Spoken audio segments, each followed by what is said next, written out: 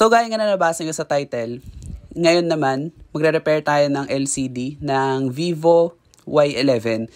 So, hindi na to bago kasi 'di ba meron na akong content yung nag-replace ako ng LCD ng Realme, pero this time naman Vivo Y11. Since first time ko magbukas ng Vivo, hindi ko alam kung ano ba yung itsura sa loob. So, nagulat ako pagkabukas ko sa loob. Same lang siya ng design ng Oppo at Realme. Ganyan na ganyan yung ayos ng Oppo at Realme. Pati yung mga screws, ganyan. So, hindi na ako nahirapan. Pati yung pull tab sa battery, ganyan lang din. Pero syempre, linaw ko lang ha. Bago ko binuksan to, syempre meron na akong knowledge kung ano yung expect kong laman niya sa loob. So, ayun lang siya. Hindi ko naman to binuksan ng as in yung wala akong idea kahit konti, di ba? So, bago nyo kalasin ng phone, make sure nyo muna na yung connection ng LCD ay talagang match sa phone na papalitan nyo. Next naman, unahin yung tanggalin yung sticker sa battery katulad niyan. And make sure yun na na-disconnect nyo na lahat yung cable ng mga flex cable. So, ayun. Dahan-dahanin nyo siyang iangat. So, ayan. Tapos, ililift nyo lang ng konti. Yung ano lang, yung hanggang sa portion lang ng flex cable ng LCD. So, ayan yun. Next naman, kailangan nyo siya ng heat gun. Kapag wala kayong heat gun, nasubukan ko noon, plancha ang ginamit ko. Pero ano yun, may risky gawin yun. Pero pwede yun. Pero syempre kailangan maging maingat. Pero hindi ko na nire-recommend. Ano lang yun, nag-experiment lang ako kaya ako siya nagawa. Next naman, kailangan yun ng pick ng gitara para may angat yung mismong LCD. So during this process na kasi sabi ko bakit bigla nag-block out kahit okay naman na LCD, wala siyang crack. So nakita ko na merong water corrosion. So nabasa siya dati. Tapos, ayun na. Tapos next naman, maglalagay na tayo ng glue. Ayan. Wag yung over sa glue kasi yung glue medyo tubig yung design niya. So, kapag na-over sa glue, may posibilidad na masira yung mismong bagong LCD kasi sisingit yun sa maliliit na pagitan ng LCD.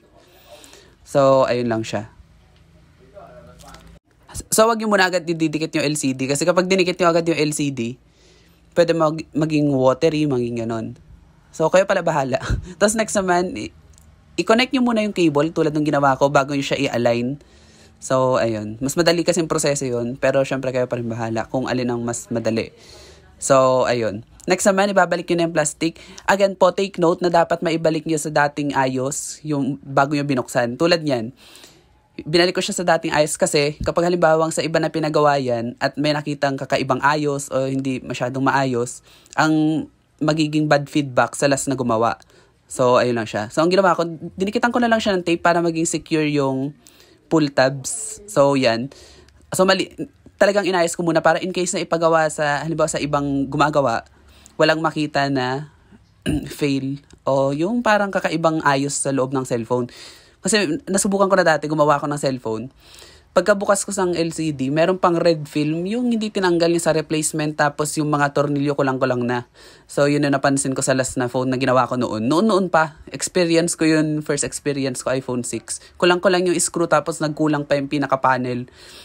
Tapos next naman na i-connect na natin ay yung fingerprint na. So ayan siya.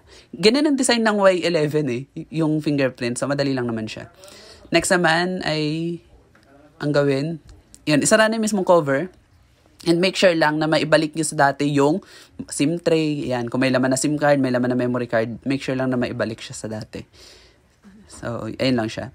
So, wag yung basta-basta siya idiin. So, medyo kailangan i-handle pa rin. Tulad yan, hindi ko siya agad na isara kasi baka mapuwersa yung LCD, diba? Bigla mabasag, ganun.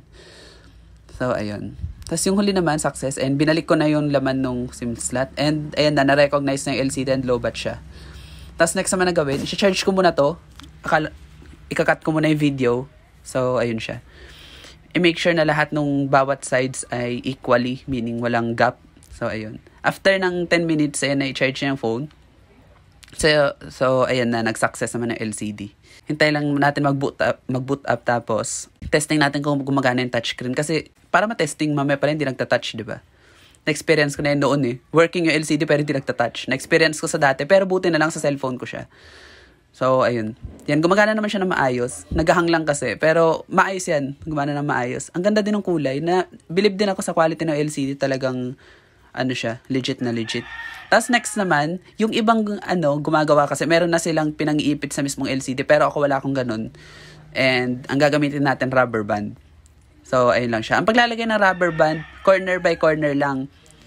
Ang ginawa ko siya, 4 na horizontal, tapos 2 vertical. Ganun lang. Kasi ang pangit din na ma-over sa rubber band. Kasi kapag tumagal yung rubber band, humihigpit siya. So, baka mabasag yung LCD kapag nasobrahan sa lagay ng rubber band.